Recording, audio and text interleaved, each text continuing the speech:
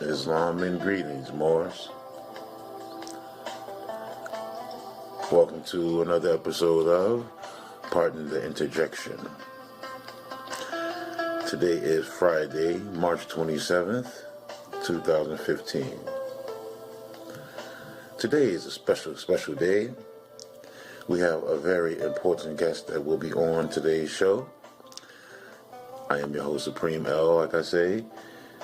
And here on Pardon the Interjection, we dig up information to divulge to the people for the upliftment of fallen humanity. I want to give high honors to Prophet Noble Jew Ali. Today's guest will be a very, very special one. Now we can get her on the line, because today's topic is etymology, astrology, and nationhood with the mother.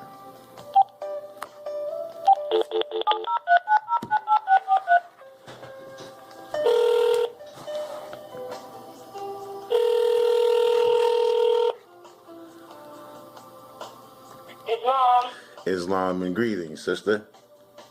Greetings. All right, welcome to Pardon the Interjection.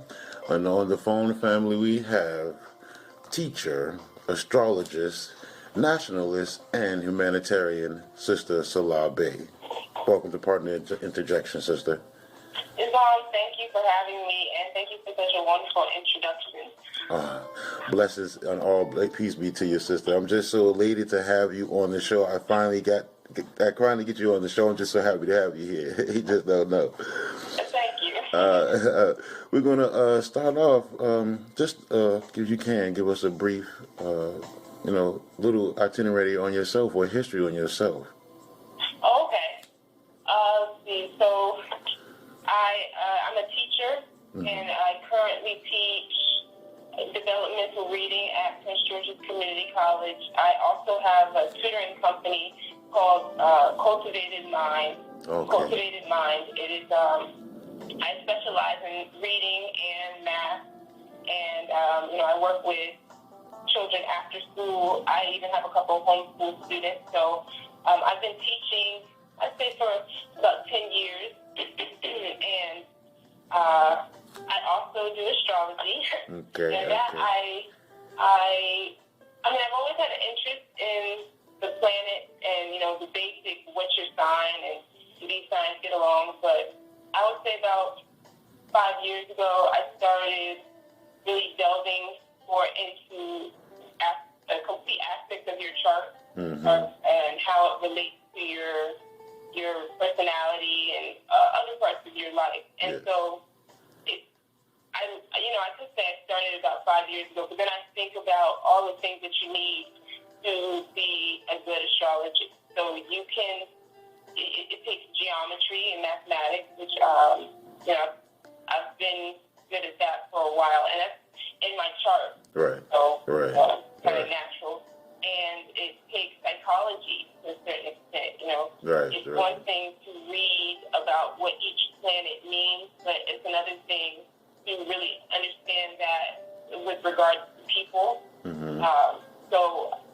Being in education, I have my master's in special education. So All right. Yeah. So I work with a lot of different type of learners, and so psychology it's almost not secondary. It's almost on the same level as the actual cognitive aspect of teaching, because if their psychological needs aren't met, and as well as their physiological, it creates a barrier for them in their learning. So, I've always been drawn to that, and I like people and analyzing people. I'm a Cancer, but I have a Scorpio moon, so I'm always reading and analyzing people. I can't help it. And so those aspects combined, I would say over time, I think brought me to this point with astrology. I'm originally, if you speak in terms of what the Europeans call where you the states and cities and whatnot. Right. I'm originally from Virginia, from Fairfax County, and I currently domicile in what they call Washington, D.C., and I've lived in what they call Prince George's County, and I work in Prince George's County, so it's interesting, people talk about the DMV, and I've been in every single part of what they call the DMV, there you go. Maryland and Virginia, so I've even been, stayed in Baltimore for a time and worked up with a lot of organizations and people in Baltimore, and then some. I had a nonprofit that I started with some friends. So, I've been in the education and service realm for a while, I guess is what I'm trying to say. And I'm glad that now I'm able to kind of put the message on a larger broadcast. Okay. So, yeah. And pardon the interjection. May I interject there with a question? Sure. And is part of that motivated by the children, to help the children? Is that also like part of your motivation? Oh, definitely. I used to tell people that I felt like it was easier to try to work with children than it is with parents or adults because they're a little bit more yielding. Yes. I still feel that way, but you got to work with the parents because that's who they go home to. So right, I can put all this in their mind all day, and then they go home and the mom or dad is saying something completely different. But yeah, children are just so fresh and they're so open. And another thing is I trained as a doula, and so the first person I ever did was a very close friend of mine, and her son. So I always tell people I've been working with him since he was born. Because I was there when he was born, there before he was born.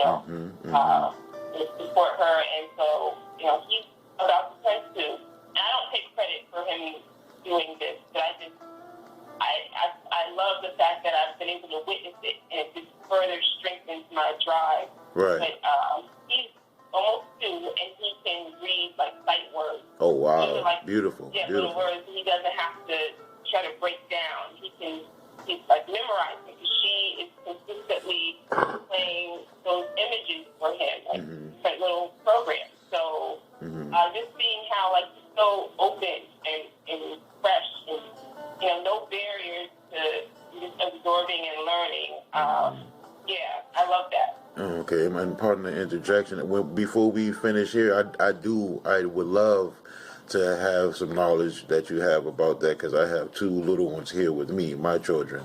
So I would love, by the time we finish, anything you can to get me started, because with my daughter, she has some problems. She's 3, but she can talk and everything, but the only thing is her S's. She's having a problem with her S's, but we're going to work on that. But to get into the show more, enough about you. We don't want your whole story. I want to sit here and have you tell me everything about your life story. But the question to begin is, what is etymology? All right, that's a great question. So etymology is essentially the study of the origin of words and how they have changed, in so-called change in meaning and in form over time. And so in meaning, that would be how we go from what we call denotation, which is the original meaning of a word, to connotation, which is an added meaning of a word. Okay. And there are various methods of changing the meaning of a word, whether you are taking away from its original meaning, or you're adding to its original meaning, or you're simply just changing it completely. And then the other aspect is transliteration, which is how the word changes in form. So the letters. Okay. And there's a formula in how certain letters translate over time based on where the word may have originated from to who has adopted the word in their language. So, for example, if I said